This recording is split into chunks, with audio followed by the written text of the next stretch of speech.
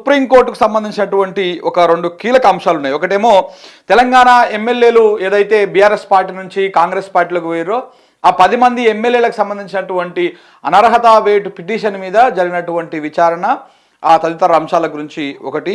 మరొకటి నేర ఆరోపణలు ఉన్నటువంటి నేర చరిత్ర ఉన్నటువంటి ప్రజా ప్రతినిధులను పొలిటికల్ పార్టీలు కానీ పొలిటికల్ ఒక అడ్డా ఏర్పడేటువంటి అవకాశం ఉందని చెప్పేసి నిన్న సుప్రీంకోర్టు చాలా సీరియస్ అయింది. నేర ప్రజా ప్రతినిధులపైన శాశ్వత నిషేధం. 3 వారాల్లో మీ అభిప్రాయం చెప్పండి. వారం కాదు, 3 వారాల్లో 3 వారాల్లో మీ అభిప్రాయాన్ని చెప్పండి. కేంద్రం ఈసీకి సుప్రీంకోర్టు ఆదేశాలు. రాజకీయాలు నేరమయం కావడం తీవ్ర అంశమని ధర్మాసనం వ్యాఖ్య. క్రిమినల్ కేసుల్లో దోషిగా తేలిన వారు పార్లమెంటుకు ఎలా వస్తారని విస్మయం. 42% మంది సిట్టింగ్ సభ్యులపైన పెండింగ్ కేసులు ఉండడం సిగ్గుచేటు. శిక్ష పడ్డ ప్రజాప్రతినిధులపై కేవలం 6 ఏళ్ల పాటే అనర్హత వేటు వేస్తారా? వారిపై శాశ్వత వేటు వేయాలి. చట్టాలు చేసేవారు పవిత్రంగా ఉండాలి. దోషిగా తేలిన వ్యక్తి రాజకీయ పార్టీ అధ్యక్షుడిగా ఉండడం సరైనదేనా?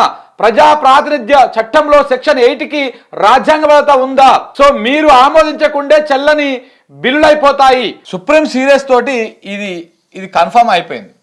ఎందుకంటే సుప్రీంకోర్టు ఏమని చెప్తా ఉన్నది, చట్టాలు చేసేవాళ్ళు ప్రజాప్రతినిధులు ఎవరైతే రాష్ట్రాలను వెళ్తున్నటువంటి వాళ్ళు కానీ లేకపోతే దేశాన్ని వెళ్తున్నటువంటి వాని పార్లమెంట్లో కానీ అసెంబ్లీలో కానీ నేర చరిత్ర ఉన్నటువంటి వాళ్ళు ప్రజాప్రతినిధులుగా ఉండరాదు. వాళ్ళు చాలా కాలం పాటు అలాగే ఉండి వాళ్ళ కేసులని రకరకాలుగా మేనేజ్ చేసుకుంటూ రావడం వల్ల వాళ్ళు చేసేటువంటి చట్టాలకు పవిత్రత ఉండదు. వాళ్ళు చాలా పవిత్రంగా ఉండి చట్టాలను చెయ్యాలి. ఆ చట్టాలు ప్రజలు అదైతే అని చెప్పేసి కూడా నిన్న సుప్రీంకోర్టు మాట్లాడింది. ఈ లెక్క ప్రకారము రేవంత్ రెడ్డి ఓటుకు నోటు కేసులో ఆయన దొరికిండు 50 లక్షలతోటి. 50 లక్షలతో దొరికిండు. ఇవాళ కాకపోయినా రేపైనా ఆ కేసులో ఆయన దోషి అని తేలాల్సింది. నిజంగా కూడా ఈ దేశంలో చట్టాలు న్యాయాలు ఈ దేశంలో అన్ని సక్రమంగా పనిచేస్తే వీడియోలకు ఆడియోలకు అడ్డంగా దొరికిపోయినటువంటి రేవంత్ రెడ్డి దోషిగా తేల్చాలి కోర్టులు. 2015 నుంచి ఇప్పటిదాకా 10 సంవత్సరాల పాటు న్యాయస్థానాల కళ్ళు మూసుకపోయినాయి. న్యాయ వ్యవస్థ కళ్ళు మూసుకపోయిందా మరి ఏమైందా తెలియదు. కానీ 10 సంవత్సరాలుగా ఆ కేసు ఎటు తేలకుండా అట్లనే ఉన్నది. నాకు తెలిసి ఇప్పటికే ఆ కేసులో చంద్రబాబు నాయుడికి ప్రమేయమే లేదు, దానికి సంబంధమే లేదని చెప్పేసి ఆయన అన్ని కోర్టుల నుంచి క్లీన్ చిట్ తెచ్చుకున్నాడు. సుప్రీంకోర్టుతో సహా క్లీన్ చిట్ తెచ్చుకున్నాడు. మన వాళ్ళు బ్రీఫ్డ్ మీ అని మాట్లాడింది గాలికి పోయింది. మన వాళ్ళు అన్ని మాట్లాడిర్రు అన్ని అని చెప్పింది గాలికి పోయింది. ఇవన్నీ గాలికి పోయినాయి. మరి ఎట్లా కోర్టులు ఎట్లా ఆయన క్లీన్ చిట్లు ఇచ్చినాయో మరి అర్థం కాదు. న్యాయ వ్యవస్థ గుడ్డిదే అంటారు బేసిక్గా. మరి ఇది గుడ్డిదా ఏందా అర్థం కానటువంటి పరిస్థితి. సో కాబట్టి ఈడ సరే చంద్రబాబు నాయుడు అంటే డైరెక్ట్గా ఆయన లేడు, ఓన్లీ ఆయన ఆడియో ఒకటి మన వాళ్ళు బ్రీఫ్డ్ మీ నేను ఉన్నా చూసుకుంటా అని చెప్పేసి మాట్లాడింది. అదే స్టీఫెన్ సంతోని మాట్లాడినటువంటి ఫోన్ కాల్ మాత్రమే బయటకు వచ్చింది. మరి అది దాని మీద ఇంకా ఒక క్లారిటీకి రాలేదు. అంటే ఇక్కడ హైకోర్టులో ఆయన క్లీన్ చిట్ తెచ్చుకున్నాడు, సుప్రీంకోర్టు కూడా క్లీన్ చిట్ తెచ్చుకున్నాడు. కానీ రేవంత్ రెడ్డి ఇంకా దోషిగానే ఉన్నాడు. అందులో ఇంకా ఆయన నిందితుడిగానే ఉన్నాడు, దోషిగా తేల్చలేదు ఇంకా కోర్టు. మరి ఎందుకు దోషిగా తేల్చలేకపోతా ఉన్నది?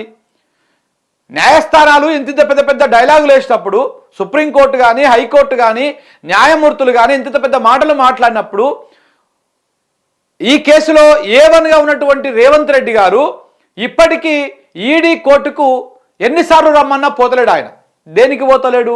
కోర్టుల మీద ఎందుకు గౌరవం లేదు? దేనికోసం పోవడం లేదు? ఇవన్నీ కూడా ఒకసారి ఆలోచించాలి. న్యాయస్థానాలు న్యాయమూర్తులు కూడా ఆలోచించాల్సినటువంటి అవసరం ఉన్నది.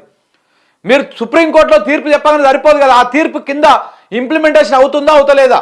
కోర్టులను నేర ఆరోపణలు ఎదుర్కొంటున్నటువంటి ప్రజాప్రతినిధులు ప్రధానమైనటువంటి పోస్టుల్లో ఉన్నప్పుడు, ముఖ్యమంత్రిగానో మంత్రులుగానో ఒక పార్టీ అధ్యక్షునిగానో ఇట్లా ఉన్నప్పుడు వాళ్ళు అసలు కింది స్థాయి కోర్టులను గౌరవిస్తున్నారా?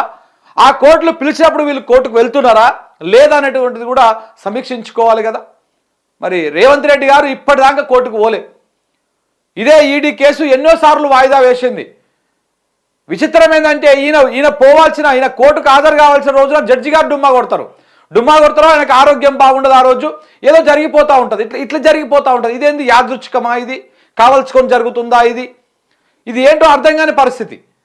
న్యాయస్థానాల మీద ప్రజలకు విశ్వాసం కలిగించే విధంగా, న్యాయస్థానాల మీద ప్రజలకు నమ్మకం కలిగించే విధంగా వ్యవహారం జరగాలి. న్యాయస్థానాల్లో న్యాయం జరగాలి. చిన్నోడికైనా పెద్దోడికైనా ముఖ్యమంత్రికైనా కామన్ మ్యాన్కైనా ఎవరికైనా కానీ ఒకే తీరుగా చట్టాలు పనిచేయాలి. కానీ మన దేశంలో పెద్దోళ్ళకు ఒక తీరుగా పనిచేస్తూ ఉంటాయి చట్టాలు, చిన్నోళ్ళకు ఒక తీరుగా పనిచేస్తూ ఉన్నాయి. దానికి ఓటుకు నోటు కేసే బెస్ట్ ఎగ్జాంపుల్. ఓటుకు నోటు కేసే బెస్ట్ ఎగ్జాంపుల్. దానికి తోడు ఇప్పటిదాకా ఆయన ఇంకా 10 సంవత్సరాలకు వెళ్ళి 10 ఇయర్స్ నుంచి న్యాయస్థానాలు ఎందుకు ఇంకా ఆ కేసుని ఒక కొలిక్కి తీసుకురావడం లేదు? ఈ ఓటుకు నోటు కేసుని 50 లక్షలతోటి బ్యాగులు పట్టుకొని పోయి ఒక ఎమ్మెల్యేలను కొనుగోలు చేయడానికి ఆడికి పోయి దొరికినటువంటి రేవంత్ రెడ్డి గారి కేసుని ఎందుకు ఒక కొలిక్కి తీసుకురాలేకపోతున్నాయి? ఇటు హైకోర్టు కానీ, అటు సుప్రీంకోర్టు కానీ, న్యాయస్థానాలు కానీ ఎవరు కూడా దాని మీద ఒక క్లారిటీ రాలేకపోతా ఉన్నది. అంటే దీంతో సమాజంలో ఎలాంటి ఆలోచన వస్తుంది? ఏమవుతుందిరా, ఎంత పెద్ద కేసులు పెడితే అంత పెద్దోడు అయిపోతాడు, జైల్లో ఎన్ని రోజులు ఉంటే ఆయన సీఎంకు అర్హుడు అవుతాడు, సమాజంలో మంచి చేసి క్లీన్గా ఉన్నటువంటి వాళ్లకు రాజకీయాల్లో మనుగడ ఉండదు, లంగ పని చేయాలి, దొంగ పని చేయాలి, రాజకీయం చేయాలంటే ఇట్లా పైసలు పెట్టాలి, ఎమ్మెల్యేలను కొనాలి, రకరకాలుగా అడ్డంగా నిలువుగా దొరికి జైల్లోకి పోయి చిప్పకూడి తిని బయటకు వస్తే జైలు కొట్టించుకొని సంఘాలు ఏర్పాటు చేసుకొని అభిమాన సంఘాల పేరుతోటి రాజ్యం ఏలాలే. ఇప్పుడు అదే జరుగుతా ఉంది తెలంగాణ రాష్ట్రంలో కూడా. న్యాయస్థానాలు కానీ లేకపోతే చట్టం కానీ గిదే చెప్తా ఉన్నదా? ఒక వ్యక్తి మీద ఆరోపణలు వచ్చినప్పుడు, ఒక వ్యక్తి మీద ఆ సాక్ష్యాలతోటి ఆధారాలతోటి దొరికినప్పుడు ఆ దొరికినటువంటి వ్యక్తిని దోషి అని తేల్చడానికి కోర్టులకు వచ్చినటువంటి ప్రాబ్లం ఏంటి? దేనికి తేల్చలేకపోతా ఉన్నది? ఎందుకు తేల్చలేకపోతా ఉన్నది? పోనీ ఈ వీడియోలు దొరికినటువంటి ఆ వీడియోలు ఈయన పోయి కూసోవడము ఇవన్నీ అబద్ధమని చెప్పాలి కదా మరి కోర్టులు కూడా. ఇదంతా అబద్ధము, గ్రాఫిక్స్లో మిక్సింగ్ చేసిర్రు, రేవంత్ రెడ్డి సత్శీలుడు, సత్యహరిశ్చంద్రుడు, తెలంగాణలోనే కాదు యావత్ దేశంలోనే రేవంత్ రెడ్డి అంత సత్యహరిశ్చంద్రుడు ఎవ్వరు లేరు. సో కాబట్టి అలాంటి అమాయకుడు, అలాంటి సత్శీలుడైనటువంటి, అబద్ధాలు మాట్లాడినటువంటి, బూతులు మాట్లాడినటువంటి అలాంటి వ్యక్తి మీద ఇలాంటి ఆరోపణలు చేయడం ఏమాత్రం సమంజసం కాదు అని చెప్పేసి కోర్టులో ఆయన క్లీన్ చిట్ అన్న ఇవ్వాలి కదా. ఆ వీడియో ఆడియో అబద్ధం అని చెప్పాలి కదా. మరి ప్రజలు కూడా ఆలోచన చేస్తారు కదా, న్యాయస్థానం ఏంది కథ అనేది. 10 సంవత్సరాలకు వెళ్ళి ఎందుకు ఈ కేసు ముందుకు పోతలేదు? తెలంగాణ ప్రజలే కాదు యావత్ దేశమంతా కూడా దీని మీద ఆలోచించాల్సినటువంటి అవసరం. ఇట్లా అడ్డంగా దొరికిపోయినటువంటి కేసులో కూడా ఎందుకు ఇంకా ఆయన మీద ఆయన దోషి అనో నిర్దోషి అనో ఏదో ఒకటి తేల్చాలి కదా. ఎందుకు తెలుస్తారు? ఆ కేసు కోసమే కదా బీజేపీతో ఉన్నాడు రేవంత్ రెడ్డి గారు. అంతేనా కాదా? ఆ కేసు కోసమే బీజేపీ ఏం చెప్తే అది చేస్తా ఉన్నాడు. రాష్ట్రాన్ని దోసుకపోతా ఉన్నాడు. అదానికి ప్రాజెక్టులు ఏమంటే ప్రాజెక్టులు ఇస్తా ఉన్నాడు. అదాన్ని 100 కోట్లు ఇస్తే తీసుకుంటా ఉన్నాడు. బీజేపీ చెప్పు చేతుల్లో ఉండి బీజేపీ చెప్పిన పనులన్నీ చేస్తూ ఉన్నాడు. దేనికోసం? ఆ కేసు కోసమే. సో ఇవన్నీ కూడా అంటే వాళ్ళ స్వార్థ రాజకీయ ప్రయోజనాల కోసం, వాళ్ళ రాజకీయ మనుగడ కోసం ఇలా తెలంగాణ ప్రజల జీవితాలతోటి, తెలంగాణ ఆస్తులతోటి, తెలంగాణ ప్రజల సంపదతోటి ఆడుకుంటా ఉన్నారు వీళ్ళు. సో కాబట్టి కోర్టులు ఆలోచించాలి, ఇది తేల్చాలి. ఇది కేసుని 10 ఏళ్ళు అవుతుంది, దీంట్లో ఎలాంటి అనుమానం లేదు. న్యాయస్థానాలకు ఒక సవాల్ లాంటిది. దయచేసి మీరు ఈ కేసుని ఏదో ఒకటి తేల్చండి. అయితే దోషి అని లేకపోతే నిర్దోషి అని తేల్చేసేయండి. నిర్దోషి రేవంత్ రెడ్డి తేల్చండి. ఏ కోర్టు చెప్తుందో, కింది కోర్టు, పై కోర్టు, సుప్రీంకోర్టు ఏదో ఒకటి తేల్చేసేయండి. రేవంత్ రెడ్డి నిర్దోషి, రేవంత్ రెడ్డి తప్పే చేయలేదు, ఆయన పట్టకపోయినా 50 లక్షలు కానే కావు, ఆ వీడియోలో ఉన్నది రేవంత్ రెడ్డి కానే కాదు అని తేల్చేసేయండి, అయిపోతుంది కదా. ఈయననేమో సుప్రీంకోర్టు మాట్లాడమేమో ఇంత పెద్ద మాటలు మాట్లాడుతూ ఉండే. ఇగో ఇంత పెద్ద మాటలు మాట్లాడుతూ ఉండే. నేర ప్రజాప్రతినిధులపై శాశ్వత నిషేధం ఉండాలి, 3 వారాల్లో అభిప్రాయం చెప్పండి అని చెప్పేసి ఇంత పెద్ద మాటలు చెప్తా ఉన్నది. రాజకీయాలు నేరమయం కావడం తీవ్ర అంశమని ధర్మాసనం వ్యాఖ్య చేసింది. ఆ రాజకీయాలు నేరమయం కావడానికి ఆస్కారము, అవకాశం ఎవరిస్తున్నారండి? గౌరవనీయులైనటువంటి జడ్జి గారు చెప్పాలి. ఎవరిస్తున్నారు? మీ న్యాయస్థానాలే ఇస్తున్నాయి. ఒక దొంగ దొరికినప్పుడు అడ్డంగా ఆడు దొంగ అని తెలుస్తుంది కూడా మీకు 10 ఏళ్ళు టైం పట్టినాక ఇంకా ఏడుకెళ్ళి ఉంటుంది చెప్పండి. న్యాయస్థానం మీద నమ్మకం. మీరు ఇంత పెద్ద డైలాగులు చెప్పేంత మాత్రాన ఉపయోగం ఏంటి చెప్పండి?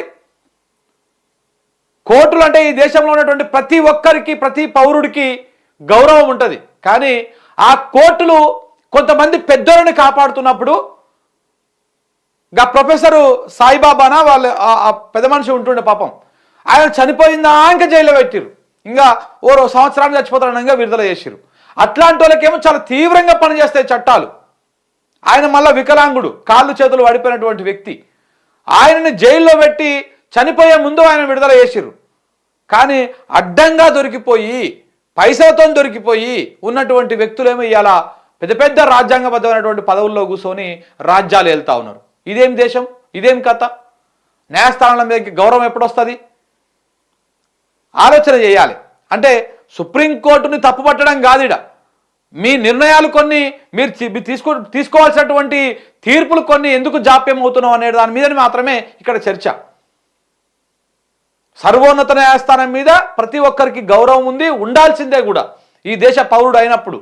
కానీ ఆ న్యాయస్థానాల్లో పెద్దోళ్ళకు ఒక తిరగనే పేదోళ్ళకు ఒక తిరగనే న్యాయం జరిగినప్పుడు మాత్రమే ఆ గౌరవం మరింత పెరుగుతుంది, శిఖర స్థాయికి పోతుంది. అంతేగాని దొరికినటువంటి వాళ్ళు ఇట్లా 10 ఏళ్ళకి వెళ్ళి తప్పించుకొని తిరిగి ఇది చేస్తే ఎట్లా ఉంటుంది? ఇంత పెద్ద మాటలు చెప్పారు కదా మీరు. ఇగో రాజకీయాలు నేరమయం కావడం తీవ్ర అంశం అని ధర్మాసనం వ్యాఖ్య చేసినప్పుడు ఆ నేరమయం కావడానికి అవకాశం కల్పించేదే కోర్టులు కదా. కోర్టు మీరు నేరం అయినప్పుడు సంవత్సరం లోపలనో 6 నెలల లోపలనో ఇది తేల్చేసేయాలని చెప్పేసి దర్యాప్తు సంస్థలకు కానీ ఇటు ఎవరైతే ఆ కేసును విచారణ చేస్తా ఉన్నారో వాళ్లకు ఆదేశాలు జారీ చేసి, ఇప్పుడు ఒక కేసు వచ్చింది, ఆ కేసును వాళ్ళకి ఎంత టైం పడుతుంది విచారణ చేయడానికి? 6 నెలలు, సంవత్సరం, 2 సంవత్సరాలు, 3 సంవత్సరాలు, ఇట్లా ఒక టైం పీరియడ్ పెట్టండి. పెట్టేసి ఒక రాజకీయ నాయకుడి మీద ఒక ఆరోపణ వచ్చినప్పుడు, ఒక కేసు మీద ఒక ఆరోపణ వచ్చినప్పుడు 6 నెలలు లేదా సంవత్సరం లోపల దీన్ని తేల్చేసేయాలి. అది నిజంగా ఆయన మీద ఆరోపణలు ఉన్నాయా, అది నిజమా కాదా, అది నిజమైతే నిజమని, కాదని ఆ దర్యాప్తు సంస్థ ఏదైతే ఉందో సిబిఐ కానీ ఈడీ కానీ లేకపోతే ఐటీ కానీ ఇట్లా పోలీస్ వ్యవస్థ కానీ రాష్ట్ర పోలీస్ వ్యవస్థ కానీ సిట్ కానీ సిఐడి కానీ ఇట్లాంటివన్నీ కూడా దర్యాప్తు సంస్థలు ఏవైతే దర్యాప్తు సంస్థలకు కీలక ఆదేశాలు జారీ చేయాలి. సుప్రీంకోర్టు జారీ చేసి పర్టికులర్ టైం లోపల పలానా రేవంత్ రెడ్డి మీద ఓటుకు నోటు కేసు ఆరోపణలు ఉన్నాయి, ఈయన కేసును నువ్వు మంచి ఆధారాలు ఉంటే సమర్పించడానికి ఏదైనా సరే కేసు క్లోజ్ చేయడానికి సంవత్సరం టైం మాత్రమే ఇవ్వండి. అప్పుడు మొత్తం ఏరివేత కార్యక్రమం జరిగిపోతుంది కదా, దోషి అయితే దోషి అని తేలిపోతుంది కదా, సుప్రీంకోర్టు దాకా ఆయన పోయినా కానీ ఏందో తెలిసిపోతుంది కదా. సో కాబట్టి ఈ తాత్సారానికి కారణమే కోర్టులు. మరి సంవత్సర కాలంలో ఒక ప్రజాప్రతినిధి వచ్చినటువంటి కేసులని ఎందుకు సార్ట్అవుట్ చేయలేకపోతా ఉన్నారు? ఎందుకంటే రాజకీయ అవసరాలు, మళ్ళీ లాబియింగ్, ఈ లాబియింగ్ ఇవన్నీ మళ్ళీ మాట్లాడితే మనం కంటెంప్ట్ కోర్ట్ అవుతుంది కాబట్టి మళ్ళీ ఇది మాట్లాడొద్దు. సో కాబట్టి దయచేసి న్యాయమూర్తులు ఇది ఒక్కసారి ఆలోచన చేసుకోండి. ఇవాళ రాజకీయాలు నేరమయం అవుతున్నాయంటే దానికి కారణము న్యాయస్థానాలే. మీరు గనక సీరియస్గా ఈ దేశంలో ఉన్నటువంటి న్యాయస్థానాలు మొత్తం బాజాప్తా స్ట్రిక్ట్గా రాజకీయ నాయకుల నేర చరిత్రను మొత్తం క్లీన్ చేసి సర్ఫ్ ఎక్సలేసి కడిగేటట్టు చేసే కార్యక్రమం చేస్తే మీ కాళ్ళు కడిగి ఈ న్యాయమూర్తులు ఈ న్యాయస్థానాలలో ఉన్నటువంటి పెద్ద పెద్ద జడ్జిల కాళ్ళు కడిగి దేశ ప్రజలు నెత్తిన చల్లుకుంటారు. ఈ నేర చరిత్ర ఉన్నటువంటి రాజకీయ నాయకులను ఓ సంవత్సరం లోపల అవతల పడేయండి. ఎమర్జెన్సీ కేసులు తప్ప ఇంకే కేసులు తీసుకోకండి. ముందు అర్జెంటుగా ఈ రాజకీయ నాయకులు ఎవరెవరి మీద కేసులు ఉన్నాయో ఆ కేసులు మొత్తం సంవత్సరం లోపల క్లియర్ చేసేసి లంగ ఎవడు దొంగ ఎవడు తేల్చేసేయండి, అయిపోతుంది. మీరు ఓన్లీ ఆదేశాలు ఇస్తారు, అయిపోతుంది, అక్కడికి ఓడిచిపోతుంది. ఇలా గట్టిగా ఈ బెంచ్ మాట్లాడింది అనుకో, రేపు ఆ బెంచ్కోదు, ఆ కేసు ఇంకో బెంచ్కోతుంది. ఎందుకండి ఇవన్నీ? ఈ మేనేజ్మెంట్లు దేనికోసం అండి? ఇవన్నీ కాకుండా దయచేసి దేశ ప్రజలు కూడా ఆలోచించాలి, న్యాయమూర్తులు కూడా ఆలోచించాలి. ఎందుకంటే మీరు ఇలా ఈ అంశాన్ని మాట్లాడింది కాబట్టి మేము మాట్లాడాల్సి వస్తూ ఉంది. నేరమయం అయిపోయిన ఈ పాలిటిక్స్ అంటే దానికి కారణము వాళ్ళు తప్పుడు చేస్తాడు, తప్పే చేస్తాడు, అది చేసేటోడు తప్ప ఒప్ప అని తేల్చాల్సింది దర్యాప్తు సంస్థలు, అల్టిమేట్గా ఫైనల్గా న్యాయస్థానాలు ఆ పని చేయనప్పుడు మిమ్మల్ని మీరే విమర్శించుకున్నట్టు, ఈ తీర్పులో మిమ్మల్ని మీరే అది చేసుకున్నట్టు. 100% ఈసీ చర్యలు తీసుకోవాలి, కేంద్ర ప్రభుత్వం చర్యలు తీసుకోవాలి. కానీ వాళ్ళు చేయనప్పుడు మీకు అల్టిమేట్ పవర్ ఉంది కదా, మీరెందుకు చేస్తలేరు? ఇప్పుడు శాసన వ్యవస్థ లేకపోతే ఇవి తప్పుదారిలో పోయినప్పుడు మాత్రము 100% దాన్ని సరి చేయాల్సింది న్యాయ వ్యవస్థనే. సో కాబట్టి ఆ పని చేయాలని చెప్పేసి మనం కూడా విజ్ఞప్తి చేస్తాం. అందుకే ఈ కథ ఇప్పుడు మీరు ఇన్ని చెప్పారు కదా, ఇవన్నీ కూడా మీ మీద మీరే ఆరోపణలు చేసుకున్నట్టు. సుప్రీంకోర్టు మీదనే, కోర్టు న్యాయ వ్యవస్థ మీదనే కోర్టు ఆరోపణలు చేసుకుంటాం. 100% ఇది ఉండరాదు, కానీ దానికి కారణం కూడా కోర్టులే అవుతున్నాయి. అది మన దురదృష్టకరం.